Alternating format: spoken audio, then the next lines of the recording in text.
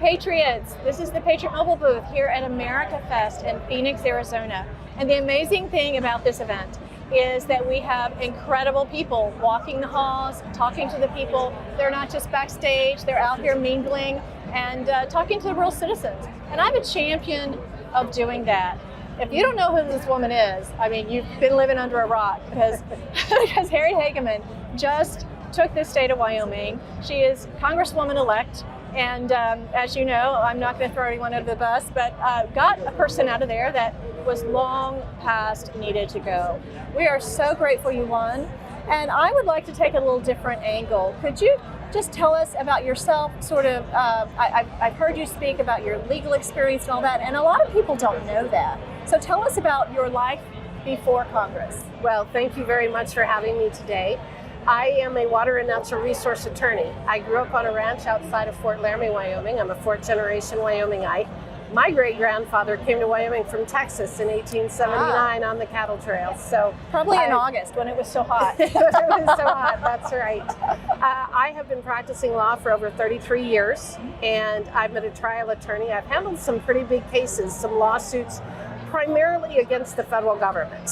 Most of the work that I've done for the last 20 years has been fighting back against the administrative state, the unlawful and unconstitutional administrative state. So I've taken on the EPA, the USDA, the U.S. Fish and Wildlife Service, the U.S. Forest Service, Corps of Engineers, and other agencies, challenging unconstitutional takings of private property, the efforts to expand the Clean Water Act to take private property as well, trying to take control of irrigation facilities. So I've been fighting the federal government for quite some time and trying to force them back into the narrow role that they're supposed to have in our lives, but also fighting against the unconstitutional administrative state that really has overtaken the role of legislating, contrary to our Constitution and the separation of powers. Well, and the private property rights that we hold as Americans are the foundation of our freedom. Absolutely. And that is, people do not realize how much that aspect alone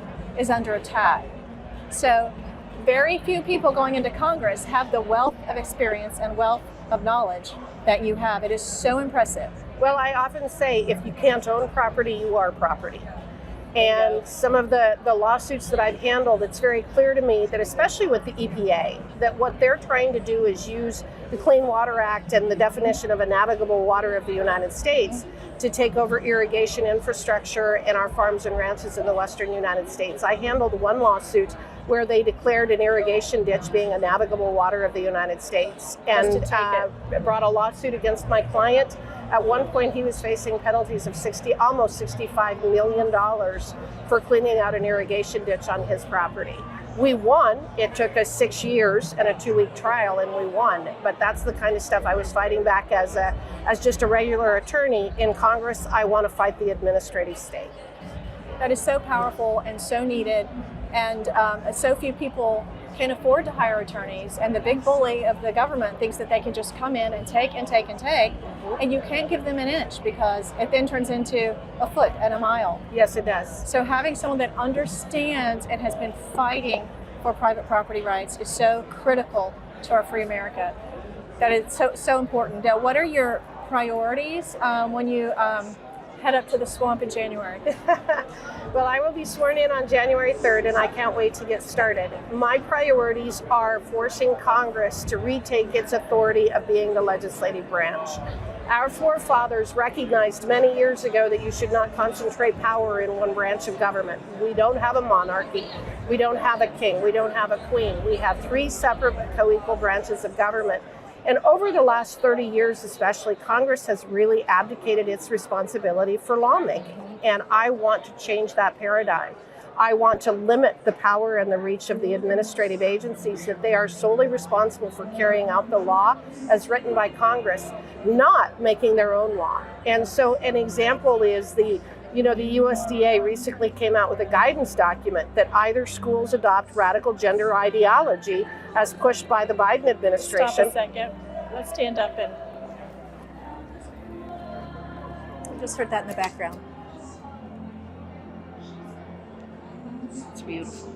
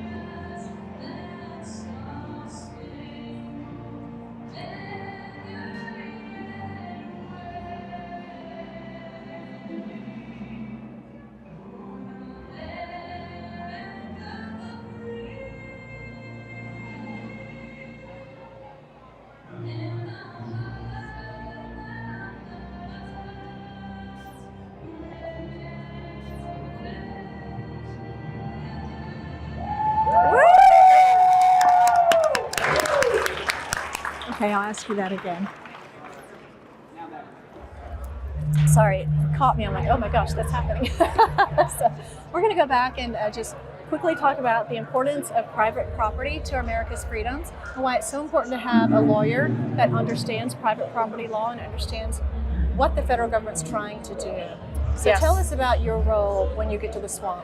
Well, when I'm sworn in January, and I'm very much looking forward to getting to work. The election was November 8th, and that almost seems like a lifetime ago.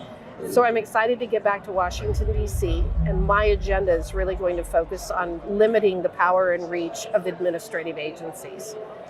Congress long ago abdicated its responsibility for lawmaking, and we need to get back into that role. Our forefathers created 3 separate branches of government for a reason. We are not a monarchy. The president and the executive branch should not have the power that they've been exercising. We are a constitutional republic, not a democracy. We are a constitutional republic. We have a representative form of government, and our representatives are failing us by allowing these executive agencies, whether it's the Department of Education or Transportation, to take over the power and authority that they have. So my primary goal and my agenda over the next 2 years and hopefully thereafter will be focusing specifically on limiting the power and reach of the executive branch and forcing Congress to legislate. Amazing. Now, would you mind looking into the camera and telling them what you told me about who built this country and who's trying to take it down? Well, the way that the old adage is that it was men in overalls who built this country, and it's men in suits who are destroying it. And I think that that's an interesting way of looking at it. It was the people who, the farmers and the truck drivers and the coal miners and the oil field workers. Those are the people who have created the prosperity in this country, and this administration, especially the Biden administration, is not only disparaging them, but attempting to destroy their very way of life. And in doing that, they're going to turn us into a third world country. Our prosperity is based upon affordable food, energy, and housing, and this administration has done everything that it can to destroy all 3. It is a tragedy beyond all tragedies that we have an administration that has become an enemy of the people. I want to fight back against that because I know who is important in this country. I know who are the people who actually produce. I've represented them and worked for them for years, grew up on a ranch. I want to make sure that their voices are heard. Can we love her anymore? You are amazing. Thank you so much for giving us this time today. Thank you. And we're so happy. You are made for such a time as this. We're going to keep you in our prayers, and you stand for the same things that Patriot Mobile stands for. And we're pleased to be fighting along with you. Thank you so much. Thank you. And then I'm going to add men and women in suits is who's going to save our country. God bless you. Thank you. Thank you so much. Thank you.